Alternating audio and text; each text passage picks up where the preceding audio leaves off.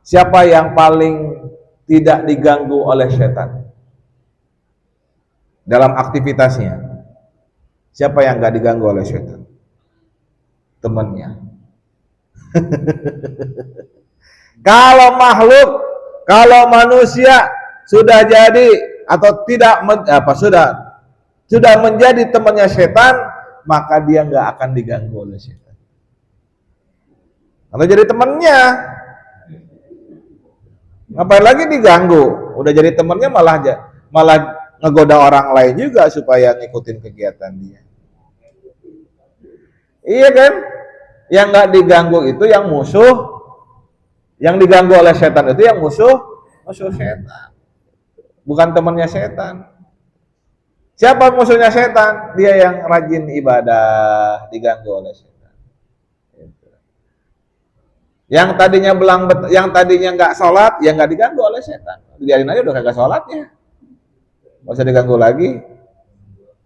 Yang diganggu itu yang udah mulai sholat, gimana sholat diganggu. Tadinya mau rajin istiqomah ke masjid berjamaah, tetangganya ngelihat, ya lo rajin banget lo ke masjid, emang dapat apaan lo di masjid? Malah dia berseloroh, titip salam ya. Kacau. Lu rajin-rajin amat ke masjid, emang lu kaya? Masya Allah Pak, godaannya kayak gitu tuh Pak. Kalau kita udah mulai rajin ibadah, ya digoda tuh sama setan nih, sama temannya setan juga digoda. Tapi kalau kita tetap istiqomah, ya godaan setan itu kita abaikan, godaan temannya setan juga kita abaikan, itulah Allah angkat derajat kita, ya angkat derajat kita. Maka sholat kita, rajinnya kita ke masjid tidak terpengaruh oleh omongan orang lain. Kuncinya adalah taat kepada Allah dan kepada Rasulullah Muhammad Sallallahu Alaihi Wasallam. Rasulullah perintahin sholat berjamaah, ya kita sholat berjamaah. Begitu. Sholatnya di masjid, ya di masjid. Itu karena taat kepada Allah dan kepada Rasulullah. Bukan karena ingin dipuji oleh orang lain, bukan karena ingin mendapatkan kekayaan, bukan karena ingin supaya orang lain baik sama kita. Istiqomah saja di situ. Udah rajin salat sunnah, alhamdulillah. Allah bisakan kita mampu salat sunnah. Rajin sedekah, alhamdulillah dimampukan oleh Allah untuk bisa bersedekah. Tahun ini dimampukan untuk kurban, alhamdulillah karena Allah yang kasih rezeki. Itu suka disyukuri. Ya, mudah-mudahan. Sallallahu ala Muhammad sallallahu alaihi wasallam sallallahu ala Muhammad sallallahu alaihi wasallam. Anta syamsun anta badrun anta nurun. Bismillahirrahmanirrahim. Assalamualaikum warahmatullahi wabarakatuh. Alhamdulillah, rabbil alamin. Wassalatu wassalamu ala Sayyidina Muhammadin wa ala alihi wa sahbihi ajmain. Rabbi sholli wa yassir amri wa hlul 'uqdatam min lisani yafqahu qawli. Yang sama-sama kita hormati dan kita cintai guru kita Al-Karam Bapak Haji Ustaz Handi Ramadian. Hadirin jamaah yang dirahmati Allah Subhanahu wa taala. Puji syukur senantiasa kita panjatkan kehadirat Allah Subhanahu wa taala yang telah memberikan nikmat-nikmat dan karunia kepada kita semua. Salawat serta salam semoga tercurah ke baginda Rasul junjungan alam Nabi besar Muhammad sallallahu alaihi wasallam, pada para keluarganya, para sahabatnya, dan kita sebagai umatnya yang mudah-mudahan insya Allah mendapatkan syafaat beliau di yaumil akhir nanti.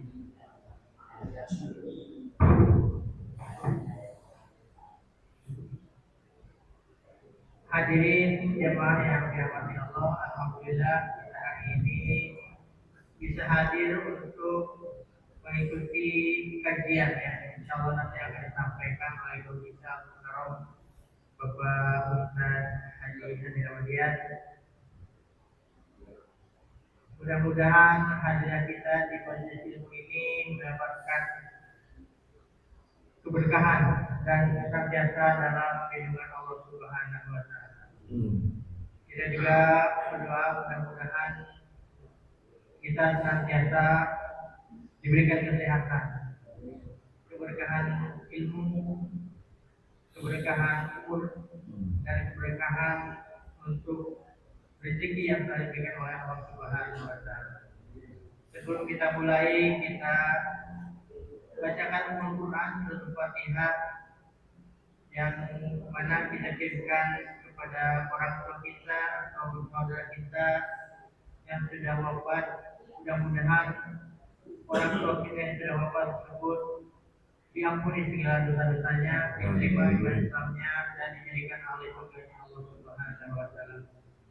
Begitu pula surat Fatihah ini kita kirimkan untuk diri kita sendiri yang hadir semua jemaah pada pagi hari ini, mudah-mudahan selalu senantiasa diberikan kekuatan iman dan ketakwaan kepada Allah Subhanahu wa Ta'ala. Ala hadiniya wa niyatin sholihah bi barakati al-Fatihah.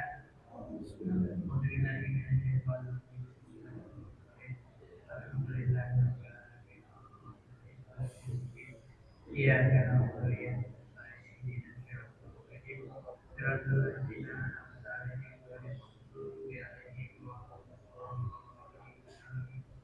hadirin jamaah yang dirahmati Allah Subhanahu wa Ta'ala, untuk selanjutnya mari sama-sama kita ikuti dan kita dengarkan kajian ilmu yang akan disampaikan oleh guru kita.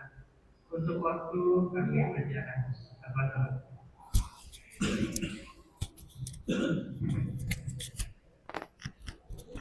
Syukran.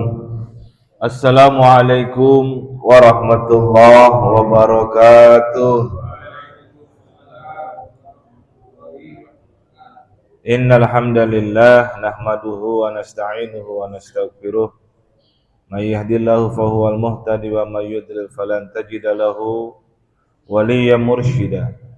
Asyhadu an la ilaha illallah wahdahu la syarikalah, al-malikul haqqul mubin, wa asyhadu anna Muhammadan abduhu wa rasuluh, shadiqul wa'dil amin.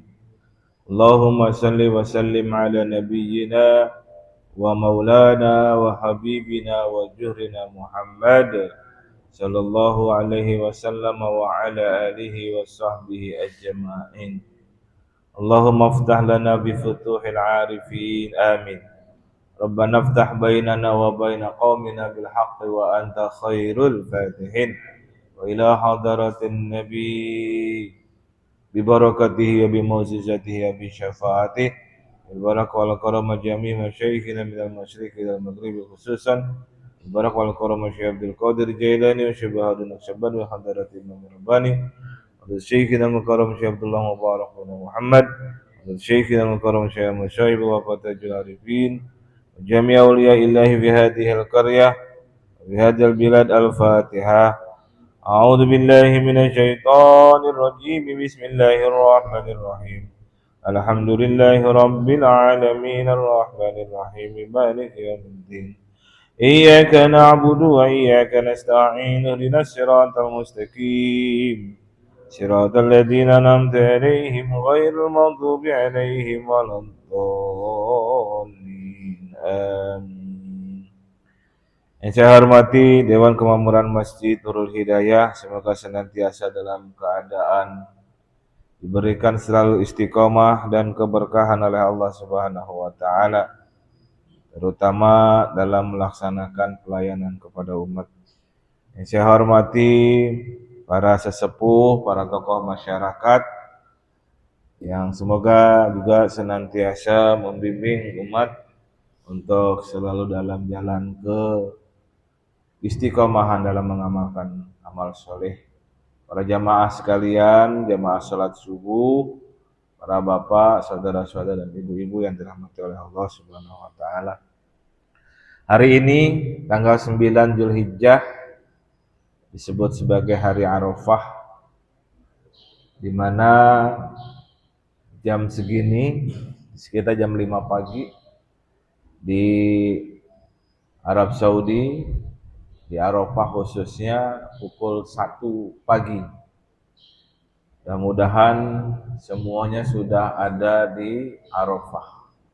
Ada yang bergerak dari maktabnya masing-masing, penginapannya masing-masing menuju Arafah. Ada juga yang bermalam dulu di Mina untuk melaksanakan tarwiyah. Namun sebagian besar jamaah dari Indonesia khususnya yang reguler, karena saking banyaknya jamaah, sunnah di tarwiyahnya bukan ditinggalkan, tapi karena untuk kesehatan fisik yang lebih utama diutamakan untuk hadir di Arafah. Jadi dari maktab masing-masing mereka hari ini atau malam hari ini waktu Arab Saudi, dini hari waktu Arab Saudi, langsung ke Arafah untuk melaksanakan wukuf. Mulainya wukuf nanti pukul 12 siang atau waktu zuhur waktu Arab Saudi. Di kita tambah 4 jam, berarti sekitar pukul 16 dimulai wukuf di Arafah. Kalau kita ingin menyertai mereka yang sedang wukuf di Arafah, boleh juga, maka dimulai nanti setelah waktu asar. Silakan wukuf di masing-masing rumahnya, memperbanyak bacaan-bacaan yang mengarah kepada ketauhidan seperti la ilaha illallah wahdahu la syarikalah, lahul mulku wa lahul hamdu yuhyi wa yumiitu wa huwa ala kulli syai'in qadir, la haula wa la quwwata illa billahil aliyyil azim. Perbanyak baca itu, perbanyak kalimat itu. Juga boleh melafalkan, melazimkan takbir Allahu akbar, Allahu akbar, Allahu akbar, la ilaha illallah, Allahu akbar, Allahu akbar walillahil hamd. Terus menerus gemakan takbir dalam rangka membesarkan Allah, mentauhidkan Allah Subhanahu wa taala. Sampai kemudian nanti tanggal 10 Zulhijjah kita melaksanakan sunnah Rasulullah Muhammad sallallahu alaihi wasallam, yakni salat Id, salat Idul Adha. Insyaallah semoga Allah berikan kemampuan kepada kita untuk melaksanakan semua sunnah-sunnah Rasulullah Muhammad sallallahu alaihi wasallam dan bisalah yang beliau bawa, termasuk melaksanakan penyembelihan hewan kurban insyaallah. Jamaah yang dirahmati oleh Allah Subhanahu wa taala, saya hendak membawa para jamaah sekalian untuk menyadari selain ada kekuatan yang Allah berikan kepada kita umat manusia berupa fitrah Allah, originalitas yang diberikan oleh Allah Subhanahu wa taala, berupa sifat-sifat Allah yang ada pada diri kita meskipun kadarnya terbatas dan beragam, ya, tidak sebagaimana Allah yang mutlak, yang absolut. Ketika dia Allah Subhanahu wa taala memiliki sifat Ar-Rahman, Maha Pengasih, maka kasihnya tidak terbatas. Sepanjang makhluk Allah Subhanahu wa taala hidup di muka bumi, maka dia akan selalu diberikan rezeki oleh Allah Subhanahu wa taala. Itu sifat Ar-Rahman Allah yang ditanamkan kepada diri manusia, meskipun tidak mutlak, tidak semuanya, tidak absolut, nisbi kita, karena kadarnya pun tidak banyak, tapi tetap ada kasih Allah yang ada pada diri kita. Kalau Allah menjamin rezeki semua makhluk, dari makhluk yang paling kecil sampai makhluk yang paling besar, dijamin oleh Allah rezeki. Nah, rupanya pemimpin kita juga ingin ada kasih dan sayangnya, ya. Maka pemimpin kita bikin program makan bergizi, ya. Meskipun kata gratisnya juga nggak gratis-gratis amat, karena itu diambil dari APBN, ya. APBN sumbernya dari pajak rakyat, gitu. Jadi nggak gratis juga, ya. Pajaknya juga dari rakyat, gitu ya. Nah, tapi memang bagi sebagian besar yang sangat membutuhkan makanan bergizi ini, terutama di daerah-daerah timur, itu sangat penting, sangat membantu. Tapi segitu pun nggak mampu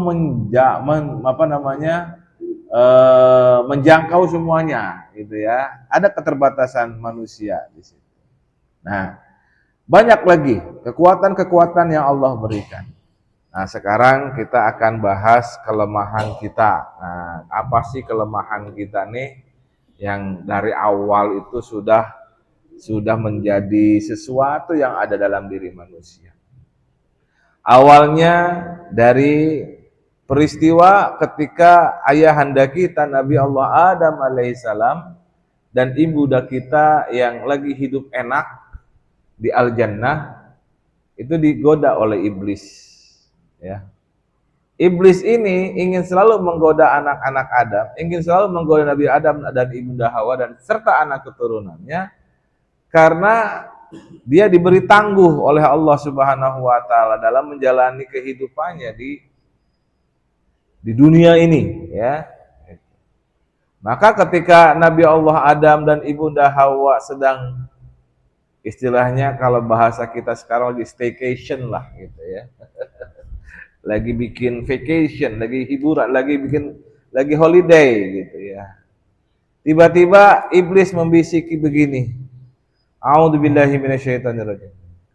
Ya Adamu hal adulluka ala syajaratil khuldi wa mulki la yabla. Al-Quran surah Toha ayat 120.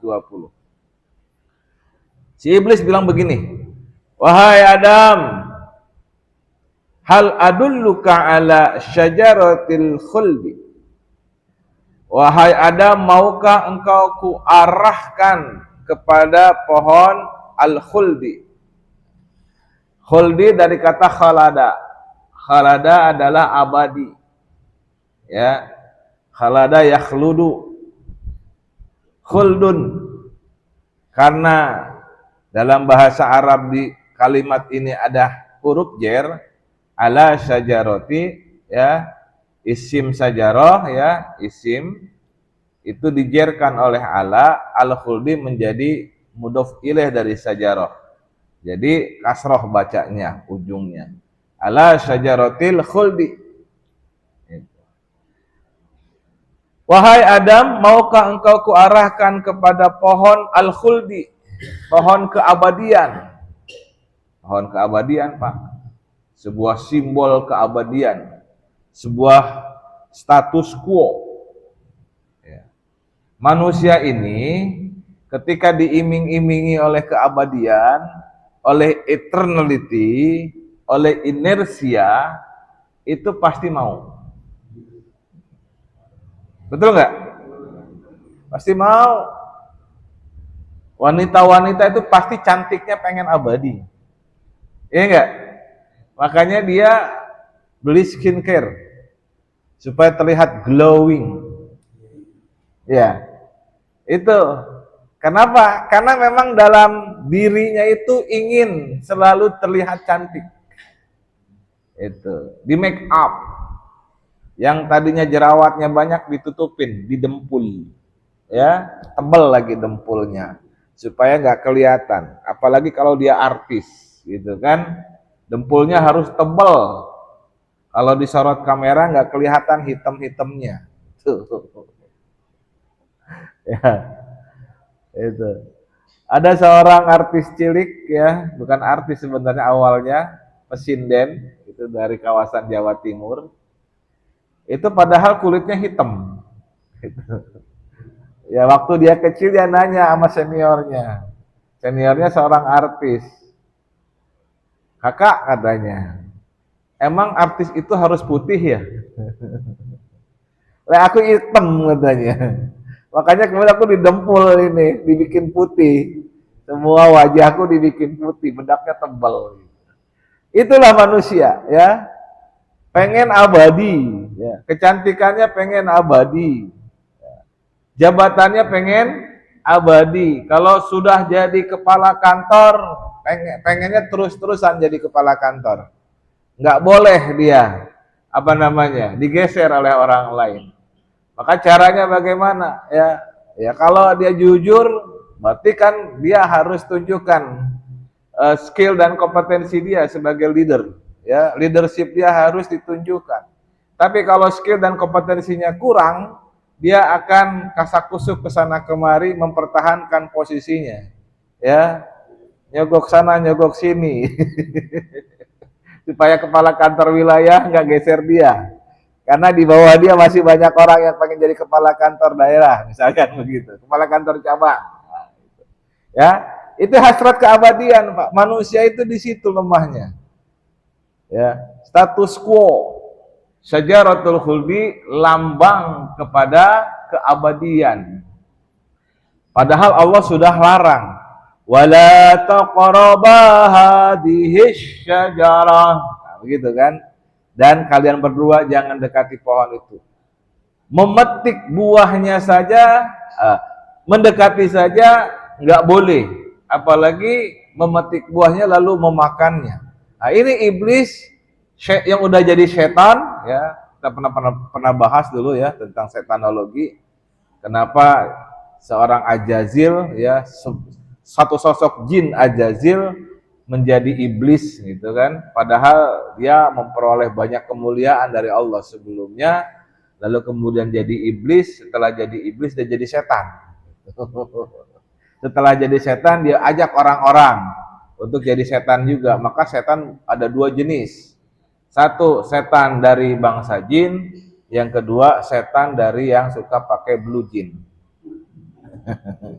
Maksudnya dari manusia. Ya, ini the eternality, ya, keabadian. Ini menjadi sebuah faktor yang membuat manusia menjadi lemah. Wa mulkin la yabla, dan kekuasaan la yabla yang tidak terbatas. The superiority, the authoritarianity, gitu ya. Jadi manusia kalau udah punya kuasa, kekuasaannya itu pengen terus menerus. Ketika belum berkuasa menjadi seorang penguasa dan menjadi seorang istilahnya kontra penguasa, itu dia menyuarakan diri untuk selalu menggoyang posisi penguasa. Tapi lantaran dia tidak menjadi penguasa, oleh penguasa dihambat gerakannya. Gitu. Perekonomiannya dihambat, gerakan politiknya dihambat, gitu. Ya. Kenapa penguasa punya kuasa untuk menghambat? Karena dia punya pasukan, gitu. Ya. Punya pasukan fisik maupun pasukan psikologis. Ya. Maka perangnya dengan yang tidak setuju dengan penguasa dilakukan dengan cara memperbanyak buzzer kalau zaman sekarang gitu, ya, memperbanyak propaganda. Dulu zaman Perang Dunia Kedua, Adolf Hitler punya seorang propaganda yang ulung, ya, namanya Joseph Goebbels. Itu penguasa sang propagandis. Dia punya aturan. Ya, dia punya sebuah kalimat, katakanlah kedustaan 1000 kali, dirimu pun akan percaya. Itu kata dia. Ente ngebohong terus, tapi ngebohongnya banyak, ngebohongnya sering, maka orang lain bahkan percaya. Itu, ya, ngebohong terus. Bahasa kitanya pencitraan terus, ya. dicitrakan baik, ditaruh di media sosial. Zaman sekarang kayak begitu, ya, ditaruh di media sosial, masuklah gorong-gorong supaya kelihatan ya leader yang baik, leader yang bagus, gitu kan, masuk gorong-gorong, tapi banjir tetap banjir, gitu ya. Jakarta nggak pernah nggak banjir, selalu kalau hujan gede banjir, gitu ya. Itu pencitraan, ya. Katakanlah kedustaan 1000 kali, dirimu pun akan percaya. Itu apa yang dikatakan oleh Joseph Goebbels waktu dia menjadi propagandisnya Hitler saat itu. Maka Hitler dinarasikan, Nazi dinarasikan baik terus. Nah sekarang juga begitu tuh, ya, post truth, ya, sebuah kebenaran yang zaman sekarang itu kalau kita manusia teropinikan benar, ya, maka narasi-narasi dibangun sedemikian rupa sehingga orang tergiring untuk mempercayai narasi itu. Itu disebut dengan post-truth zaman sekarang. Itu bagian dari propaganda. Untuk apa? Untuk melanggengkan kekuasaan. Untuk melanggengkan saya ini kalau sudah punya jabatan ini nggak mau digeser sama orang lain. Kalau bisa begitu. Kalau bisa terus. Kalau bisa nggak pensiun, Pak. Kalau bisa nggak pensiun. Ada kawan saya udah pensiun sebenarnya dia, tapi pengen terus menjadi orang terhormat di mata masyarakat, ya. Segala cara dia tempuh untuk menjadi ketua lembaga ini, ketua lembaga itu. Nah, itu dia. Padahal orang udah paham banget siapa nih orang nih, ya, karakternya udah buruk di mata masyarakat gitu. Ya, Masya Allah. Ada yang begitu tuh, Pak. Ada. Nah, itu kelemahan manusia. Dua saja dulu di sini. Ada ayat lain ditambahkan oleh Allah Subhanahu wa taala. A'udzubillahi minasyaitonir rajim. Ma nahakuma rabbukuma an hadhihi syajarati illa an takuna malakaini aw takuna minal khalidin. Surah Al-A'raf ayat 20. Si setan berkata, "Ma nahakuma an hadhihi syajarah." Tidaklah Tuhanmu melarangmu mendekati pohon ini illa antakuna malakain, kecuali karena ia tak menginginkan kalian berdua menjadi malaikat. Posisi malaikat itu, Pak, adalah posisi yang suci, ya, mulia. Bahasa Inggrisnya adalah holy, ya, holy, kemuliaan, ya. Autakuna minal khalidin, atau Allah tuh nggak menginginkan kalian menjadi orang yang kekal, khalidin. Nah, ini senada dengan kalimat sajaratil khuldi tadi, ya. Gitu. Jadi kelemahan yang ketiga setelah keabadian dan kekuasaan tak terbatas, yakni sebenarnya kata syaitan, Allah melarang kamu mendekati pohon itu karena supaya kalian berdua nggak jadi malaikat, nggak jadi suci. Wah, kan diiming-imingi hal seperti itu. Yang namanya manusia, walaupun itu adalah Nabi Adam alaihi salam, tetap aja, ya, masalahnya di sampingnya ada ibu-ibu gitu, ya. Kalau ibu-ibu kan suka ngebisikin, "Pah," gitu kan. Hari ini TV kita belum smart TV nih, Pak. Nggak enak, Pak, ngelihatnya, tetangga udah pada smart TV semua. Ya, ayo dong, Pak, main, Pak, ke Tang City gitu. Ya, kita ke Electronic City beli TV yang smart TV, kan enak tuh katanya. Kita nggak usah buka handphone lagi, udah cerdas televisi. Wah, itu. Suaminya nggak bisa ngomong apa-apa, ya udah yuk berangkat, ya. Pas ada duit lagi kan? Belum belanja dah itu. Keluar duit 7 juta. Nggak apa-apa lah itu. Itu, ya. Kalau sudah ada ibu-ibu di sebelah kita, seringkali kita nggak bisa nolak tuh keinginannya gitu. Jadi ini yang terjadi. Nah, inilah 3 kelemahan umat manusia: eternal, superior, and holy. Ya, apa itu eternal? Eternal adalah keabadian, superior adalah kekuasaan, holy adalah kemuliaan. Godaan menjadi orang mulia itu adalah umat banyak. Umat mencintainya, muhibbinnya banyak, Pak. Partisipannya banyak. Fans penggemarnya banyak. Kalau fans penggemar udah banyak, godaan dari setan itu adalah dibujuk supaya memanfaatkan keberadaan fans. Makanya godaan sekarang nih, zaman sekarang, orang-orang pesohor sudah mulai menampilkan, memposting kegiatannya itu dalam rangka fans melike dia, ya, melalui medsos, misalkan Instagram atau TikTok. Sudah banyak like, maka sudah mulai banyak viewernya, dimonetisasi. Nah, bahasanya gitu sekarang. Apa itu monetisasi? Dibikin bisa menghasilkan uang. Itu zaman sekarang tuh begitu, Pak. Maka banyak orang nge-live di TikTok, nge-live di Instagram dan segala macam supaya dapat duit dari situ. Ya. Karena TikTok, Instagram, YouTube itu nggak memproduksi sendiri video-video. Dia mengarahkan masyarakat untuk sebanyak mungkin memproduksi video keseharian mereka. Itu. Sehingga platform ini menjadi besar gara-gara yang subscribe-nya melakukan posting. Makin lama makin gede. Gak perlu modal mereka, gak perlu marketing mereka. Cukup yang masuk ke YouTube, masuk ke TikTok, masuk ke Instagram, membesarkan mereka. Akhirnya yang posting dikasih penghargaan, dikasih reward. Itu namanya monetisasi. Nah, itu bagian juga dari kelemahan manusia. Lalu apa yang terjadi? Karena manusia punya kelemahan di sisi ingin abadi, di sisi ingin kuasa, di sisi ingin kemuliaan, dampaknya adalah a'udzubillahi minasyaitonirrajim.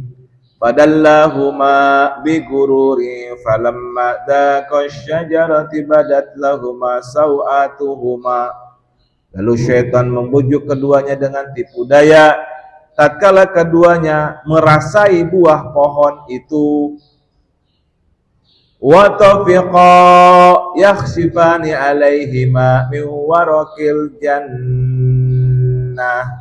Terlihatlah hal-hal yang memalukan. Daqa syajaratu badat lahuma sawatuhuma. Terlihatlah hal-hal yang memalukan keduanya. Wa tafiqa yakhsifani alaihima min warakil jannah. Lalu mereka sibuk menutupinya dengan dedaunan al-jannah. Jadi ketika pelanggaran dilakukan oleh mereka, Allah Subhanahu wa taala mengganjar bahwa busana yang selama ini mereka kenakan terlepas semua. Lalu terbukalah aurat. Maksudnya apa? Itu adalah simbolis. Ketika aib terbongkar, ya, ketika pelanggaran sering dilakukan, lalu aibnya terbongkar, terbuka semua aib. Maka ada orang yang sengaja menyibukkan diri untuk berusaha menutup aib itu. Nah, itu, ya. Jadi ketika pelanggaran dilakukan, Allah Subhanahu wa taala Maha Adil, maka Allah buka aibnya. Naudzubillah, summa naudzubillah.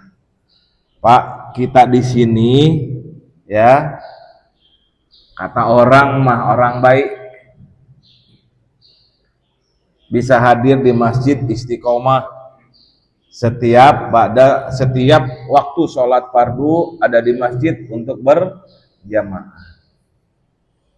Alhamdulillah, kita syukuri itu. Karena kita dimampukan oleh Allah untuk bisa hadir melaksanakan perintah Allah.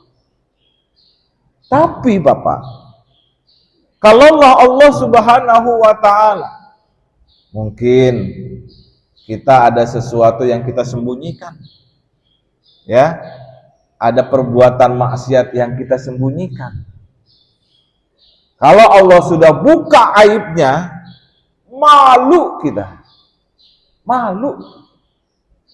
Tuh yang di Pati, yang katanya jadi pengasuh pondok pesantren, aibnya udah dibuka oleh Allah. Karena terlalu banyak pelanggaran yang dia lakukan dan dia nggak tobat-tobat kepada Allah Subhanahu wa Ta'ala. Dibuka aibnya, Pak.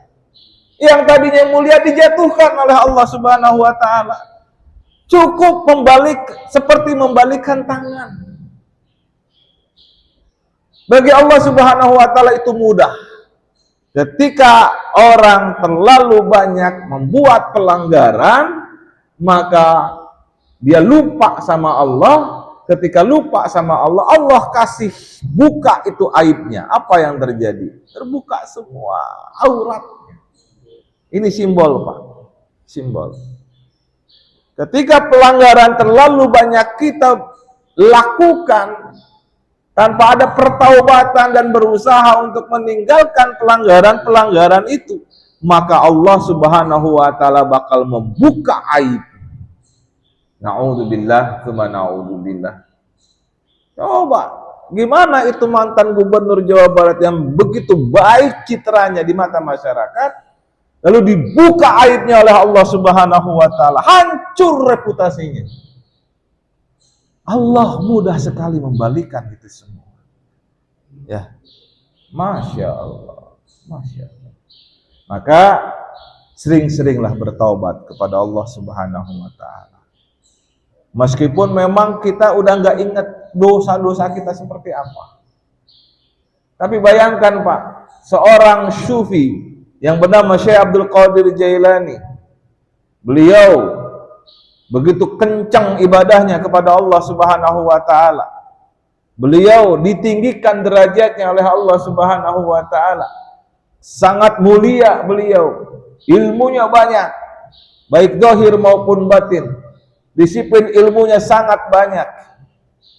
Tapi giliran di hadapan Allah Subhanahu wa Ta'ala, beliau bermunajat, dunubi kamaujil bahri bal hiya akthar, kamisl jibali summi bal hiya akbar, walakinnaha indal karimi idza afa janahu minal bu'udi bal hiya asbar. Junubi, Tuhanku, dosaku banyak banget. Kamaujil bahri, banyaknya seperti buih di lautan. Pak, orang itu ulama, ya, bahkan bisa disebut sebagai kekasih Allah, tapi mengakui dosanya itu benar-benar. Dosaku banyak ya Allah, bahkan lebih banyak dari buih di lautan. Kamisl jibali summi bal hiya akbar, gede seperti gedenya gunung. Gunung yang paling tinggi, gunung yang paling gede. Bal hiya akbar, bahkan lebih besar lagi. Takut dia kepada Allah Subhanahu wa Ta'ala. Tetapi harapannya tidak pernah putus. Beliau menyambung, walakinnaha indal karimi idza afa. Tetapi ya Allah, dengan kemuliaan-Mu, jika Engkau memaafkan aku, semua itu, walakinnaha indal karimi idza afa janahu minal bu'udi bal hiya asghar. Itu semua anggapan Engkau ya Allah bagaikan sayap nyamuk. Nyamuk yang paling kecil, Pak. Orang Sunda nyamuk yang paling kecil bilangnya remetuk. Ya, ada remetuk. Nyamuk kecil sampai nggak kelihatan sayapnya. Saking kecilnya. Kalau nyamuk yang ada sayap masih kelihatan sama kita, gitu ya. Ini nyamuk remetuk. Sampai saking kecilnya itu sayapnya aja nggak kelihatan, tapi dia bisa terbang. Anggapan Allah, dosa yang banyak, dosa yang besar itu kalau Allah dengan Ar-Rahman Ar-Rahimnya, dengan Ghafirnya, ya, dengan kemahamaafannya Allah Subhanahu wa Ta'ala, anggapan Allah semuanya itu adalah kecil. Itu harapan dari Tuan Syekh Abdul Qadir Jailani di hadapan Allah ketika dia bermunajat. Munajatnya itu disampaikan kapan? Disampaikan ketika beliau berziarah ke makam Rasulullah Muhammad SAW di musim haji seperti ini. Beliau memohon kepada Allah untuk dimaafkan atas segala dosa-dosanya. Beliau itu Bapak, ibadahnya kenceng.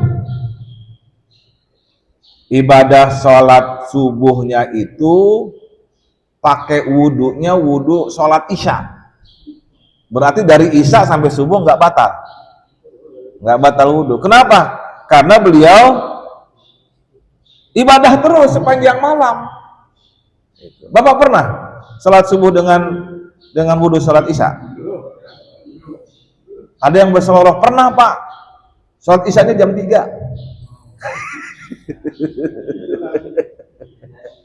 Sholat isyanya jam 3 sekalian tahajud. Itu yang ngulur-ngulur waktu tuh ya. Naudzubillah, naudzubillah. Kerjaan saya waktu jadi santri begitu Pak. Ya, waktu jadi santri begitu kerjaan saya itu dulu tuh. Nah sekalian tahajud ya, saat isyanya tahajud ya, saat isya barengin tahajud. Lama kemudian subuh. Nah, berarti kan sholat subuhnya pakai sholat wudu, pakai wudu sholat isya. Tapi tidak dengan Sultan Abdul Qadir Jailani. Beliau sholat di awal waktu sholat isya, terus menerus setelah isya beribadah kepada Allah Subhanahu Wa Taala sepanjang malam sampai dengan subuh. Itu ibadahnya beliau, yang nggak bisa kita tiru Pak cara ibadahnya. Dan itu berpuluh-puluh tahun beliau lakukan Pak. Segitu banyak ibadahnya masih ngaku banyak dosa. Masya Allah. Itu supaya Allah senantiasa memberikan rahmat kepada kita, supaya aib kita nggak dibuka oleh Allah Subhanahu Wa Taala. Termasuk Pak, sodakoh. As-sodakotu tadfa'ul bala. Sodakoh itu adalah dalam rangka mencegah bala, wa tadribur rizqa, dan menambah rezeki. Di antara sodakoh, ya, Nabi Ibrahim alaihissalam sebelum beliau diperintahkan untuk menyembelih anaknya, itu sodakoh kurbannya itu Pak banyak Pak. 100 ekor unta sekali kurban Pak. Oh zaman dulu kan kurban bukan karena Nabi Ismail yang akan disembelih, tapi proses kurban, praktek kurban itu udah dari dulu Pak. Udah pernah saya kisahkan di sini. Sejak Habil Qabil ada juga udah ada praktek kurban sebenarnya. Itu ya. Orang-orang zaman dulu kurban itu udah sering. Itu cuma risalah Nabi Ibrahim alaihissalam itu dipakai oleh umat Nabi Muhammad SAW setelah peristiwa penyembelihan ya yang diganti ya oleh gibas oleh Allah Subhanahu Wa Taala. Ya, saya nggak usah banyak cerita di itu karena udah saya ceritakan banyak. Nah, maksudnya apa, Bapak? Maksudnya kurban itu bagian juga dari sedekah. Itu ya. Kurban itu juga bagian daripada sedekah. Dalam rangka taat atas perintah Allah Subhanahu Wa Taala. Ketaatan kita terhadap Allah, lalu kita kurban, maka Allah akan melihat mana di antara pekurban itu yang benar-benar ikhlas. Itu. Bukan darah, daging atau bulunya yang Allah akan terima nanti, tapi keikhlasan yang ada dalam dirinya yang Allah akan terima.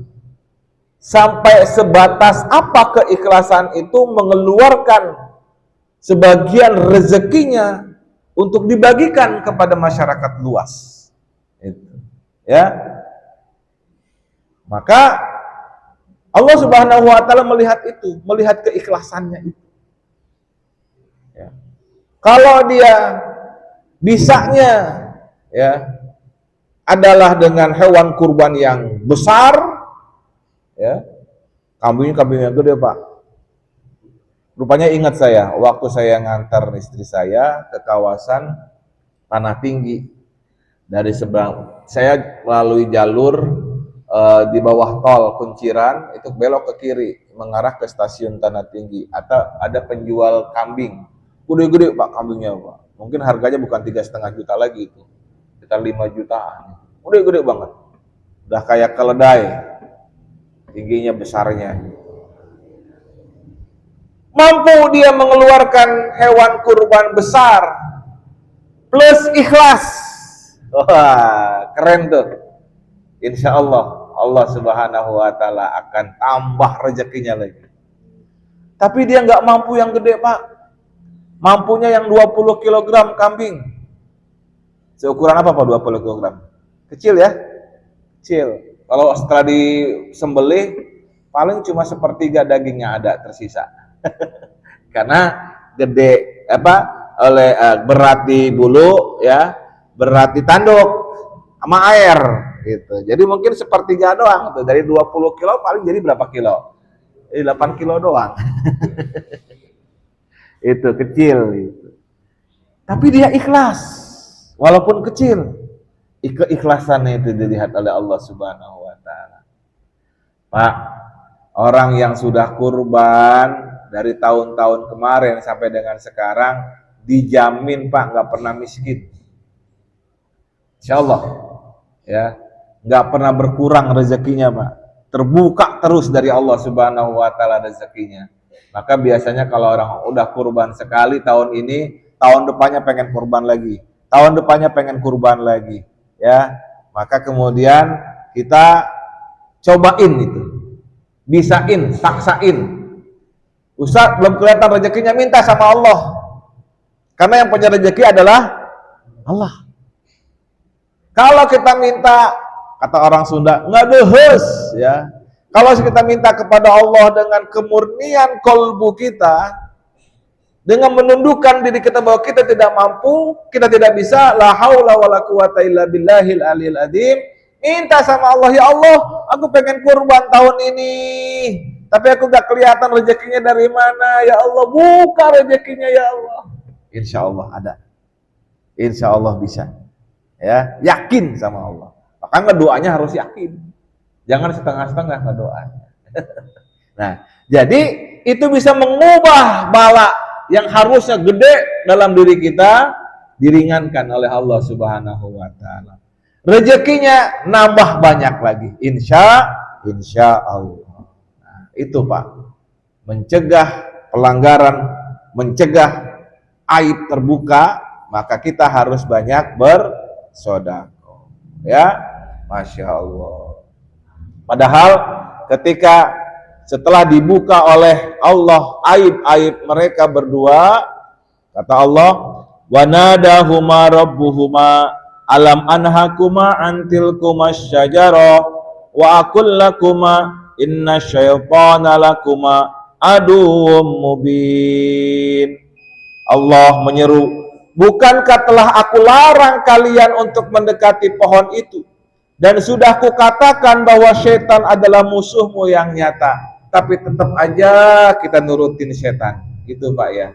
Ya, makanya supaya kita tidak terlalu lama digoda oleh syaitan, sering-sering ngedeket sama Allah Subhanahu wa Ta'ala. Kenapa? Siapa yang paling tidak diganggu oleh syaitan dalam aktivitasnya? Siapa yang gak diganggu oleh syaitan? Temannya. Kalau makhluk, kalau manusia sudah jadi atau tidak sudah menjadi temannya setan, maka dia nggak akan diganggu oleh setan. Kalau jadi temannya, ngapain lagi diganggu? Udah jadi temannya malah ngegoda orang lain juga supaya ngikutin kegiatan dia. Iya kan? Yang nggak diganggu itu yang musuh, yang diganggu oleh setan itu yang musuh setan. Bukan temannya setan. Siapa musuhnya setan? Dia yang rajin ibadah, diganggu oleh setan. Yang tadinya yang tadinya nggak sholat, ya nggak diganggu oleh setan. Biarin aja udah kagak sholatnya, nggak usah diganggu lagi. Yang diganggu itu yang udah mulai sholat, gimana sholat diganggu. Tadinya mau rajin istiqomah ke masjid berjamaah, tetangganya ngelihat Ya lo rajin banget lo ke masjid. Emang dapat apaan lo di masjid? Malah dia berseloroh, titip salam ya. Kacau. Lu rajin-rajin amat ke masjid, emang lu kaya? Masya Allah Pak, godaannya kayak gitu tuh Pak. Kalau kita udah mulai rajin ibadah, ya digoda tuh sama setan nih, sama temannya setan juga digoda. Tapi kalau kita tetap istiqomah, ya godaan setan itu kita abaikan, godaan temannya setan juga kita abaikan, itulah Allah angkat derajat kita. Ya, angkat derajat kita, maka sholat kita, rajinnya kita ke masjid tidak terpengaruh oleh omongan orang lain.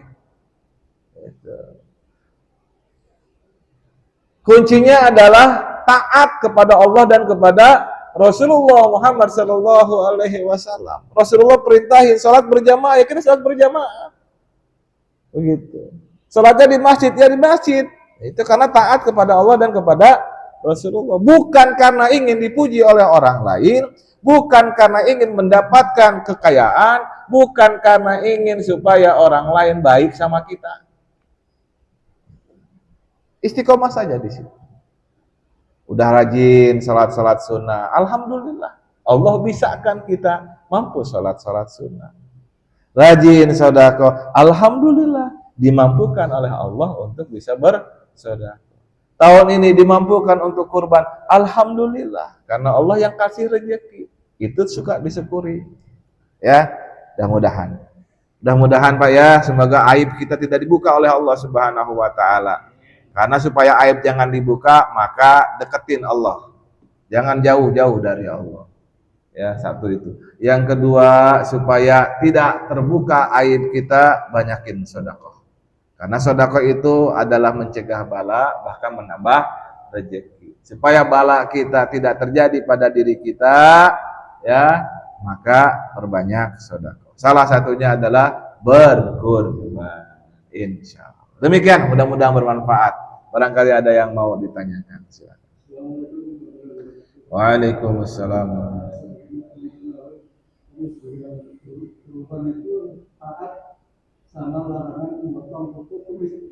Ya. Kemarin kami dapat WA itu tulisannya, dari beberapa dari Ustaz Somad, bahwa yang dia membuat itu Muhammad Hambali. Sedangkan satu dari aku sendiri itu boleh. Ya, betul. Artinya apa? Kan posisinya sunnah. Sunnah ya, yang namanya sunnah kan kita paham. Hukumnya dikerjakan dia akan berpahala, tidak dikerjakan tidak apa-apa. Itu saja. Bukan hal yang wajib. Ya.